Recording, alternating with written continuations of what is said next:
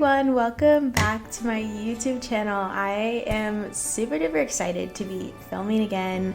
Also, everyone who's listening via podcast, welcome. So, disclaimer, we are in the process of getting our lives together. We're in the process of rebranding everything, and a huge part of that is just being consistent. So as a part of the rebrand, here's the vision. First off, post every Sunday. It just fits the vibe. It just fits the vibe, and you're gonna see why. So first off, I have a small podcast called That's So Profound, and I'm so thankful to all my friends who have been listening to that. You guys are so sweet. But I just haven't been consistent at all with filming there. So that's gonna be just a key part of the rebrand, is just being more consistent with posting every Sunday. And instead of being That's So Profound, it's going to be called God Moment, or the God Moment podcast. And I'm super excited because the idea for that is just taking a moment to reflect on how God's been working in my heart, specifically through my prayer in the past week, or just through my life. So I'm super duper excited for that, and as you can see right now, I'm both filming for the podcast and shooting this YouTube video, so I'll be posting the video of this on my YouTube. So everyone who's listening via podcast, if you want to see how I look, if you want to see my facial expressions and everything, if you want to see a little bit of my prayer corner in my room, feel free to go on my YouTube channel and watch it. But yeah, so for YouTube peeps, I'll be posting these videos every Sunday.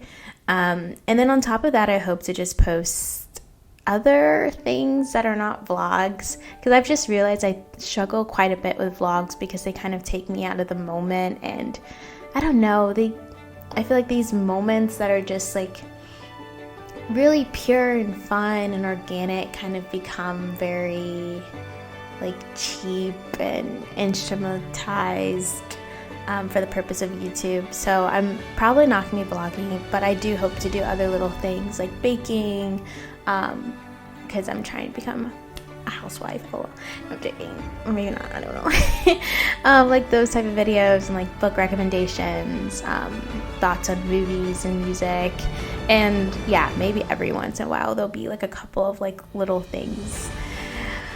Yeah. So I hope that vision is appealing. And yeah, I guess without further ado, we can just get into it. So for today's episode, I just kind of want to give a life update, just so that we can kind of like situate ourselves in the midst of this transition. So yeah, I'm gonna give a little life update, tell you where I am, what am I doing, am I still in college, am I still at UPenn, and then I'm just going to end with a little God moment, a little spiritual reflection on what's been going on in my prayer life. So let's get into it. So first off, where am I right now? Well, little spoiler, I'm not in college. I'm not at UPenn. I graduated in May. Absolutely wonderful, absolutely phenomenal. Maybe that will itself be a YouTube video, just like me reflecting on my time at Penn and advice that I would give, blah, blah, blah, blah. But I'm not at Penn anymore. I'm actually in grad school getting a master's of theological studies at Harvard Divinity School. And if you're on my YouTube channel, you see that I'm so sorry, Mike. You see that I have a mug. So how did I end up here? What am I doing here? So story about that. As some people know, I studied communications at UPenn. It was absolutely phenomenal. My personal essay getting into UPenn was all about my love for journalism and how I desired to use my gift for communications to help marginalized communities. The huge dream in my heart was to tell the stories of people who are often misunderstood in society. In particular, I think my heart was really drawn to telling the stories of prisoners, for example. And yeah, like telling the stories of immigrants and yeah, just the people that we just look down upon in society, or at least in American society. And I think there's still very much so a part of my heart that is very drawn to that idea. But as I started growing in my faith in college, I began to realize that, like, as much as I desire to do this, I also really, really desire just to have a space to use communications, use the media to talk about my faith and my spiritual life, and just to build a community around that. And so, internship wise, like if I was like to show you my resume, you would kind of see how like slowly I kind of drifted away from like secular media and began like interning and involving myself in more like Catholic communications type of things, which leads me to where I am today. So yeah, I graduated with LOL, I don't know what that sound was. I graduated with a degree in communications, but I very much so felt as if I needed some like formation in my faith. Like I was definitely like hungering for a deeper knowledge of my faith. So I began like exploring theology programs. So spoiler alert, if you haven't already picked up on it, I'm Catholic. Whoa, whoa, whoa, whoa, whoa, whoa. And yeah, there are just a lot of different options. You can go with getting a master's of theology within the Catholic Church. Like you can go to school like Catholic University of America, you can go Christendom, University of Notre Dame. Like there's like a bunch of places in America, but then also abroad, there's a lot of really reputable Catholic universities. So my thought originally was I was going to either study at the University of Notre Dame through their ECHO program, which I 100% recommend. If anyone's interested in that, I can also just like post a video about that. Yeah, I was either going to do that or study theology in Rome. I ended up declining the ECHO program just because I felt as if it wasn't quite the right fit for me, although it was a great fit for all my other friends who were part of the program. And then the program in Rome, I ended up not doing because of just how long it would take to get a master's of theology there, since I don't have a undergraduate theology degree. And it was also, would kind of just be a really big leap, like leaving the United States for about like 5 years to study theology. Yeah, and so ultimately I ended up picking Harvard because that was one of the schools I got into. And what really intrigued me about this program is that I would not only be able to take classes that allow me to learn more about my Catholic faith. A huge thing about Harvard is that they're part of the Harvard Divinity School, is that they're part of BTI, which is like the Boston Theological Institute, maybe it's BTI, but you can definitely look it up. But what you can do through that is you can not only take classes at Harvard, but you can take classes at other schools, which includes a Catholic seminary. So that's kind of like a really fun part of my 2-year master's here, is that I can take half of my classes off campus. So I can take like half of them, for example, at the local like Catholic seminary, which is the plan. But then on top of doing that, you can take classes that allow you to explore the theology of other faiths. So Harvard, at least according to their orientation, I haven't fact-checked this, is one out of two divinity schools in the United States that's pluralist, meaning that it doesn't focus on one specific religion or denomination. It's open to all faiths. And so within my MTS program, or just more broadly speaking within the divinity school, like I've interacted with Mormons, Hindus, Buddhists, different Christian denominations. I've interacted with atheists. And it honestly has been so fruitful taking the time to understand the different worldviews of other people, because I feel like that has even just furthermore strengthened my worldview. But something I think that's really beautiful within the Catholic Catechism, and I believe it's CCC 8:43, I think. I'll also, if that's not correct, I'll just post it on the video, and maybe I'll just edit it into the podcast. But what it states is, although the Catholic Church has the full deposit of truth, we do believe that, and I'm using kind of my own paraphrasing here, we do believe that there's glimmers of truth within other religions that ultimately will prepare them for the gospel. And so, yeah, I think it's just been really beautiful noticing those little glimmers of truth. Like, I had such a wonderful conversation with a Buddhist about the importance of humility and denying yourself, and it was just so beautiful. And like, specifically, like, hearing that little glimpse of truth within like the Buddhist mindset was just really beautiful. So yeah, I say all that to say that I'm here at Harvard because I want to learn a lot more about my own faith, but I also want to take the time to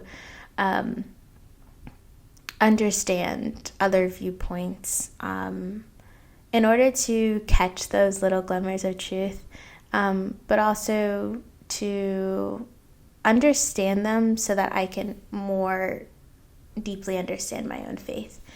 And one like practical example of that is, while I've been here at the Divinity School, I feel like there have already been questions about knowledge, for example.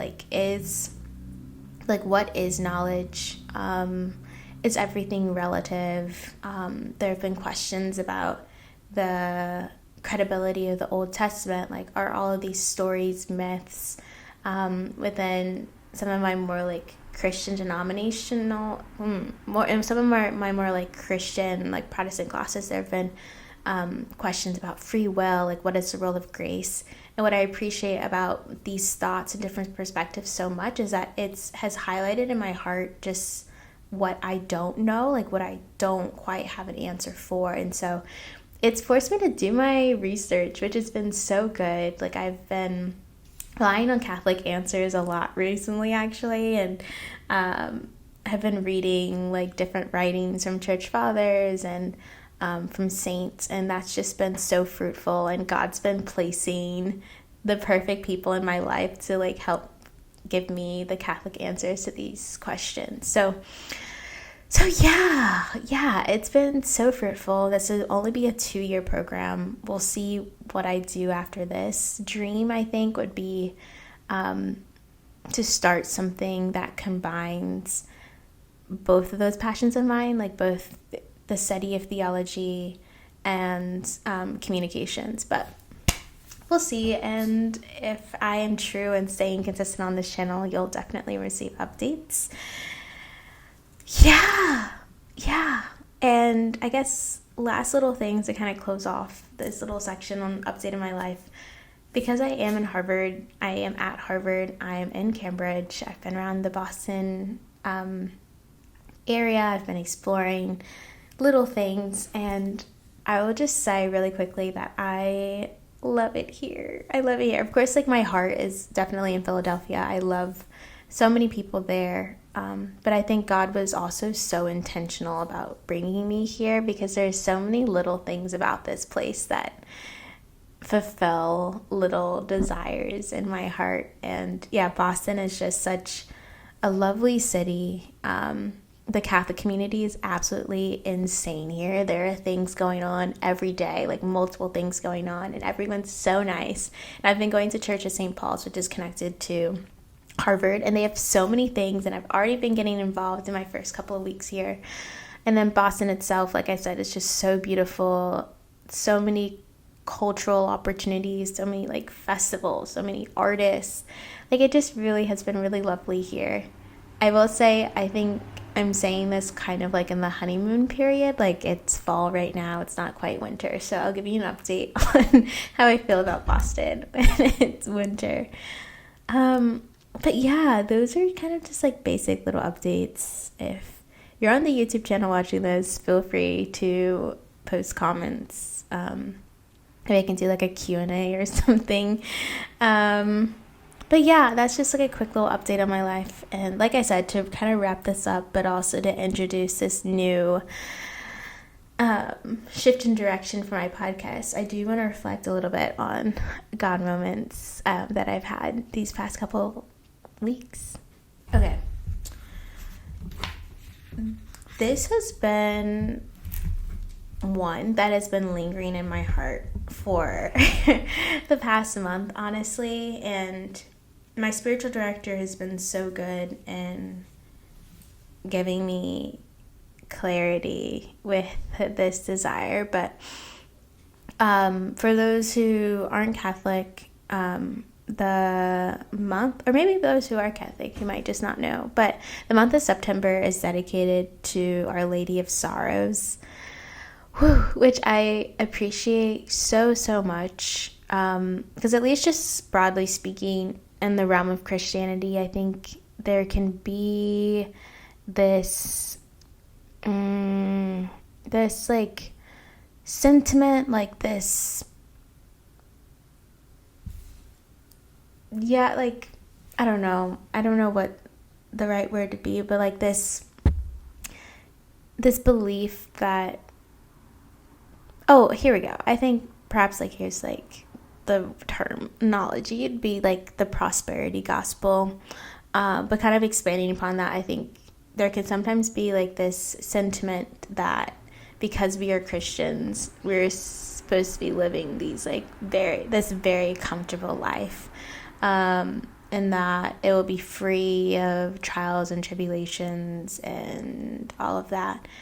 And that's why I appreciate Our Lady of Sorrows in particular so much, because she is this image of a holy woman who is following the will of God, and through following the will of God, that involves a lot of suffering. But also, like, in the midst of that suffering, it provides such an opportunity to connect with other people.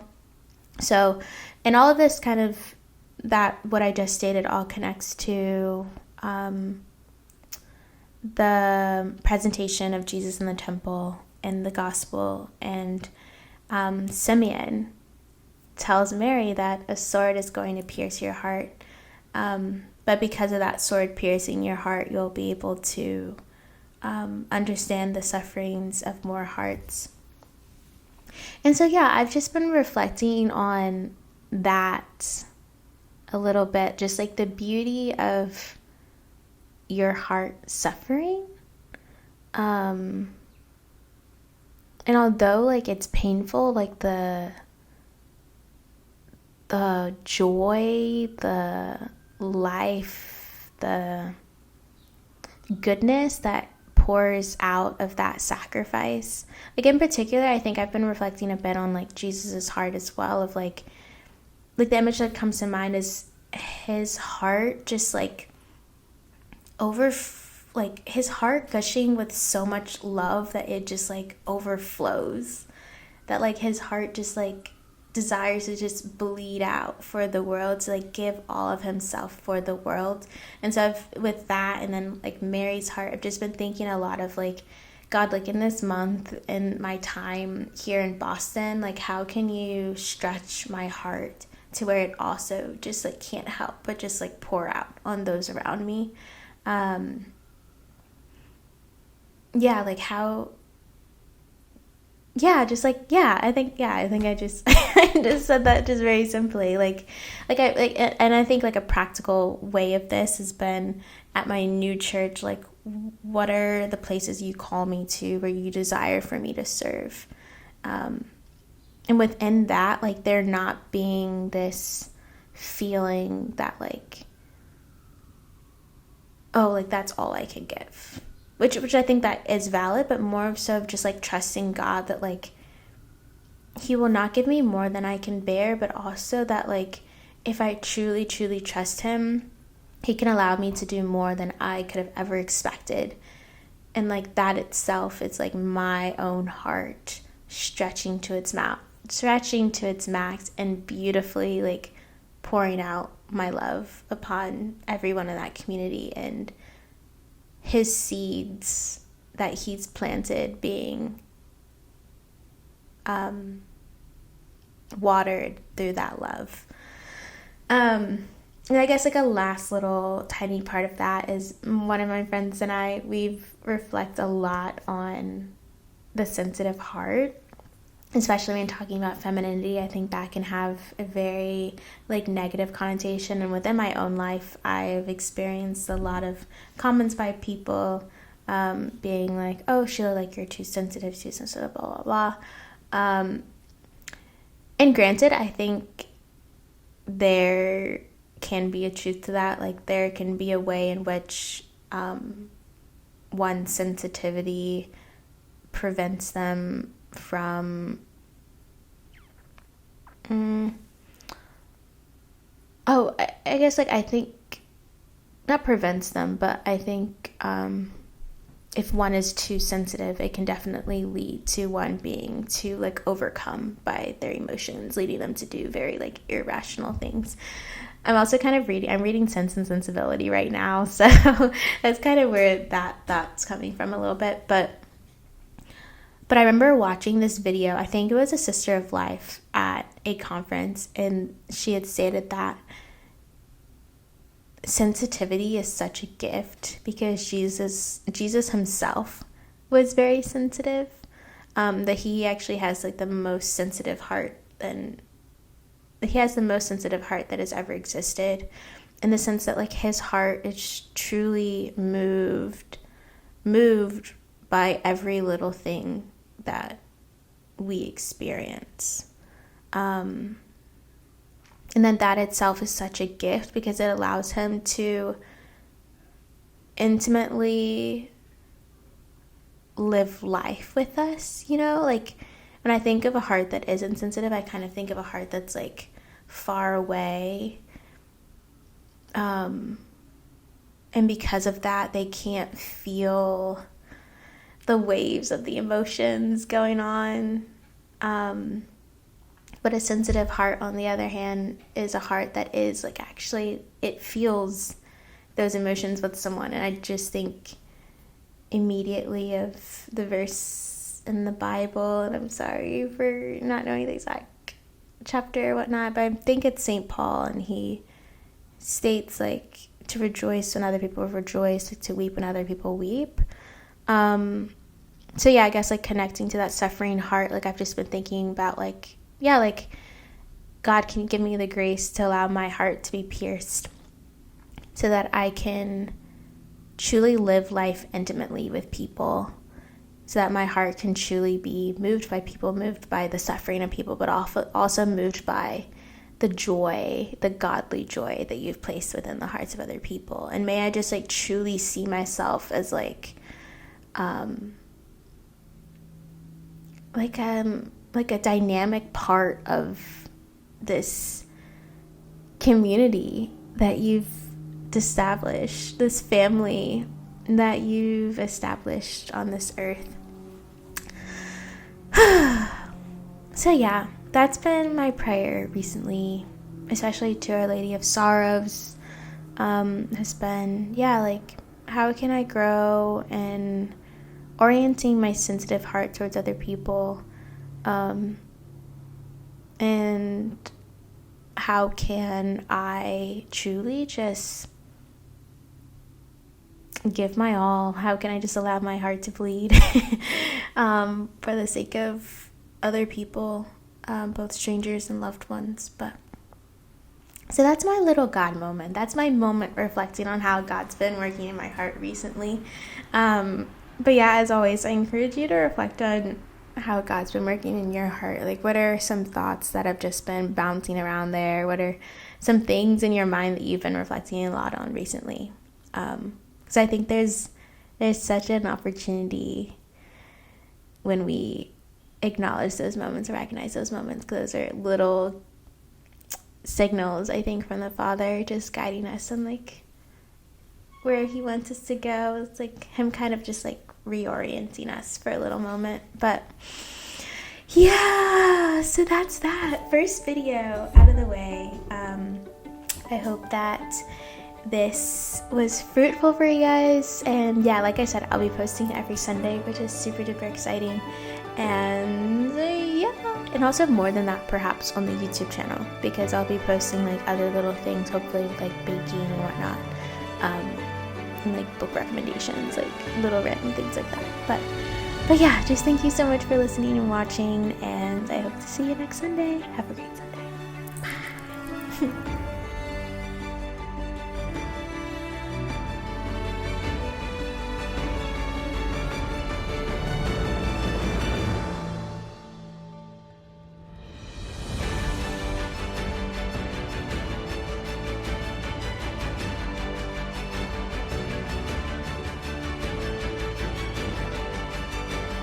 Artlist.io.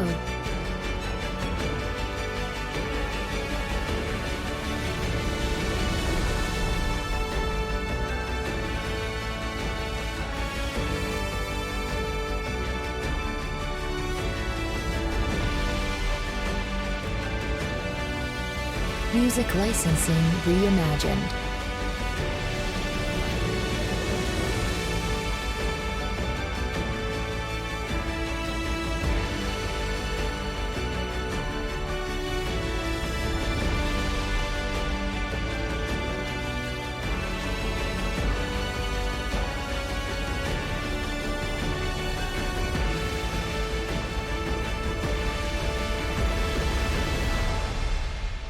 Artlist.io.